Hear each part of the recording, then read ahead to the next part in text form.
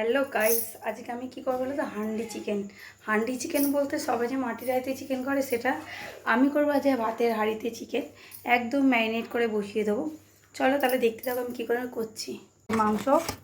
এই মাংসটার মধ্যে এই যে পেঁয়াজ কুচি দিয়ে দিচ্ছি, তারপরে এই যে টমেটো কুচি, আর এটার মধ্যে আদা রসুন শুকনো লঙ্কা কাঁচা লঙ্কা বাটা। এবার দিচ্ছি হচ্ছে সর্ষের তেল। জায়গাটা ছোটো হয়ে গেছে বলে আমি আবার অন্য একটা জায়গা নিলাম মাখার জন্য। লঙ্কা গুঁড়ো, জিরে গুঁড়ো, অল্প একটু চিনি, আর এখানে দিচ্ছি দেখো লবঙ্গ, দারচিনি, এলাচ আর তেজপাতা।